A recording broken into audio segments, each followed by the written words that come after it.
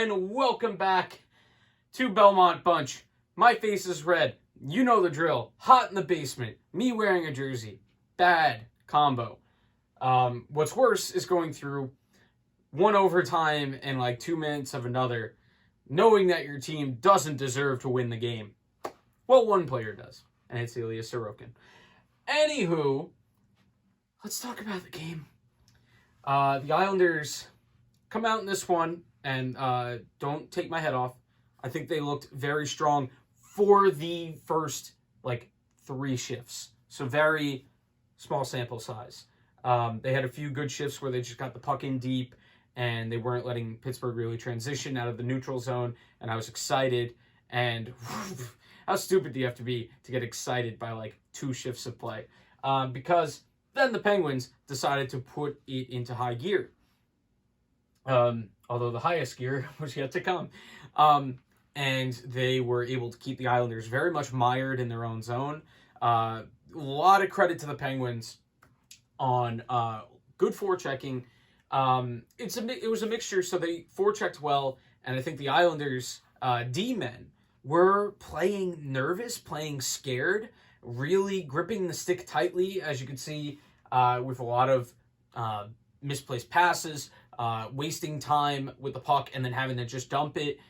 So really tough time connecting direct passes, which makes it really hard to exit your own zone or enter the other. And the Penguins deserve the credit for, creating that situation.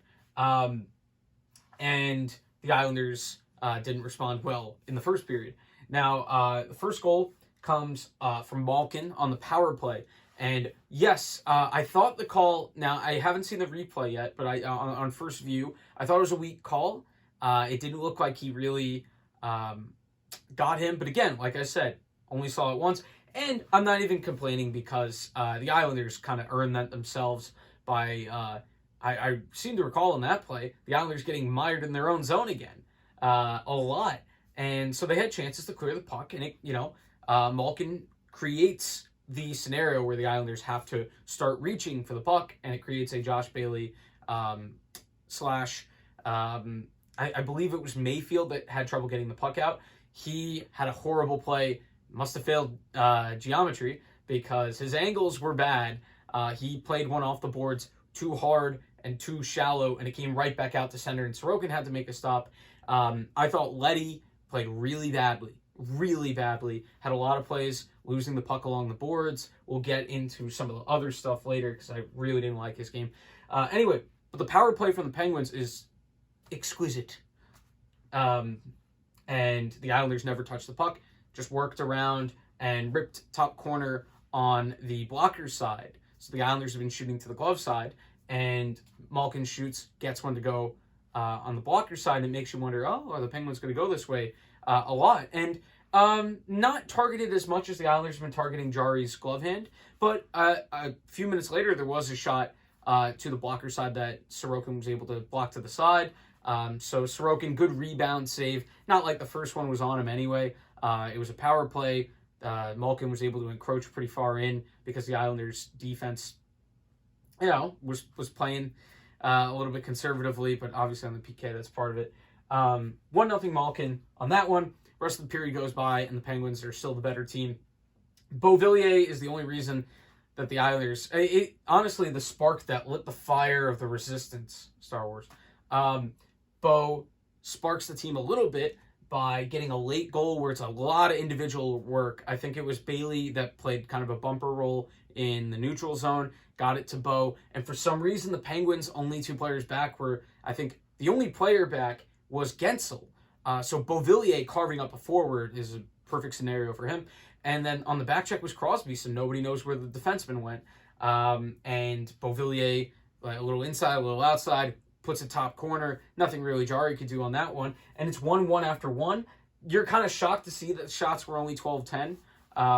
And you're like, oh, well, you know what? They're extremely fortunate, and maybe they'll come out and count their blessings and be like, all right, it's time to get going. We don't deserve to be in this. We're lucky we are. And the second period, look at the shots. They didn't do that. So the Isles don't take the momentum into the second period. They've been a bad second period team all year. It's a weird thing. I don't get it.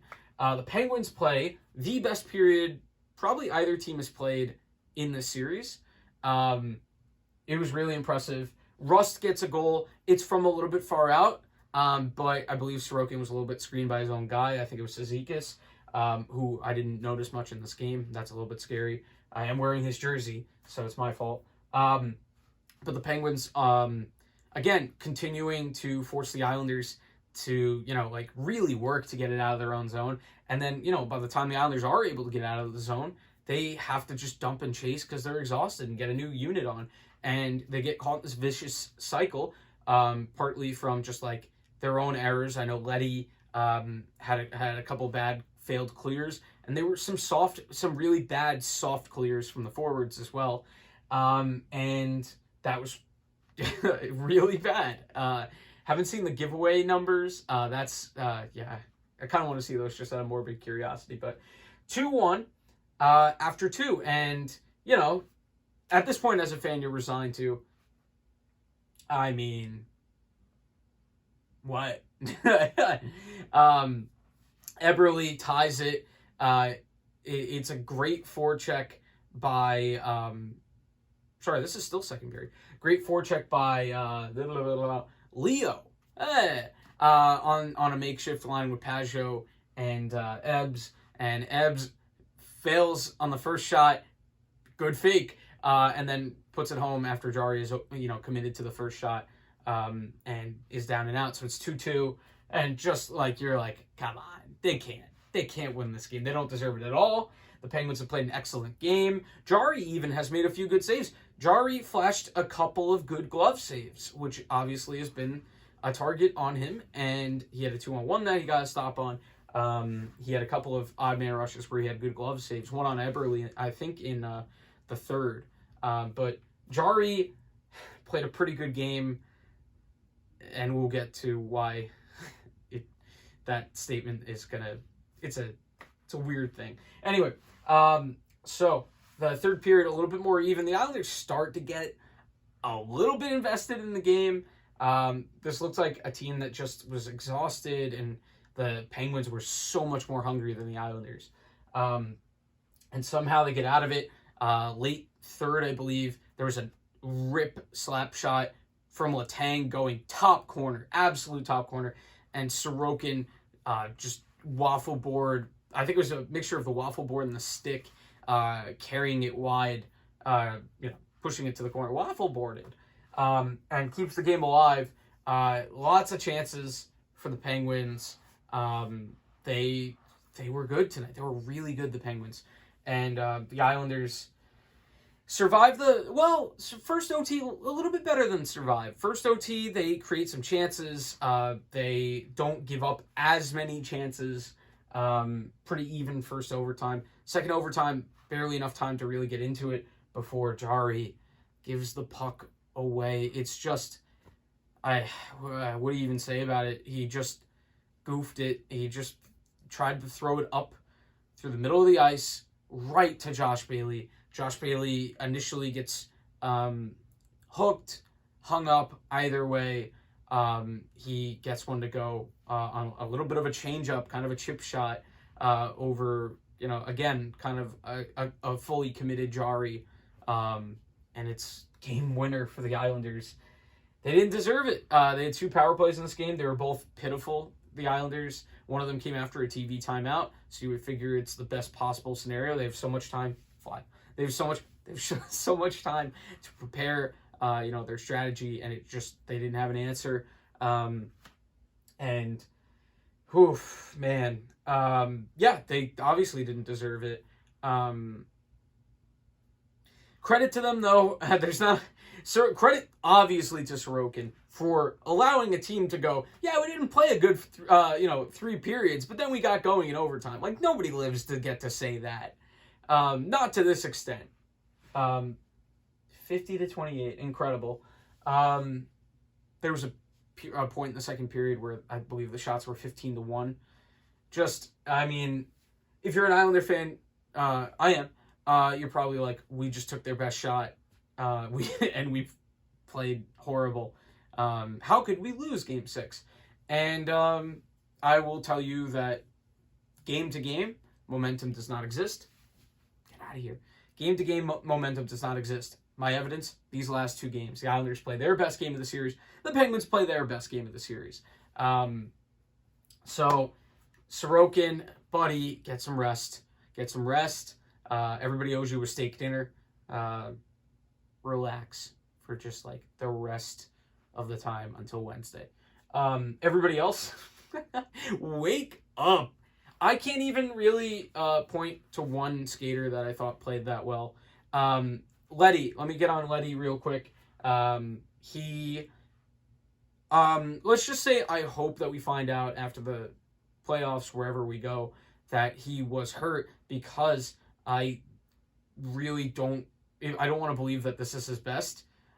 This game in particular, he used to be known for his speed, and he got beat to the puck a lot. There was a period of time, I think in the third, or it might have been, it was in the second, because it was a domination zone for Pittsburgh, where he lost a race to the puck. Then he got stuck out there for a while, so obviously he's getting tired. And he just wasn't ever able, he was not able to intercept passes along the boards that weren't going that fast, and I just thought he looked gassed, but like the whole game, not just that shift. So let's hope he's okay. Or, that he plays better. Mayfield didn't play well. The only defenseman that looks that good right now is Adam Pellich. So, yeah, I don't know how this team is up 3-2. But they are. They get a chance to close it out at home. They better do it there. The good thing is, sometimes I guess, when you go up 3-2, and you play a good game, so not like this game, maybe there's some, I don't know, not complacency, because, they're a well-coached team, but maybe there's like a sense of, all right, we can do this. This Islander team now knows they owe it to their goalie and their coach to look better than they looked tonight. So anyway, that's all I've got. If you're a Pittsburgh fan, tell me what you think in the comments. I'm sure there's not really much that you could say about it other than, the Penguins were dominant, and it just came down to a goalie error. And, yeah, the Islanders, the best you could say for the Islanders outside of the Sorokin stuff is they took advantage of their few chances. And they didn't really create a lot. So anyway, that's it.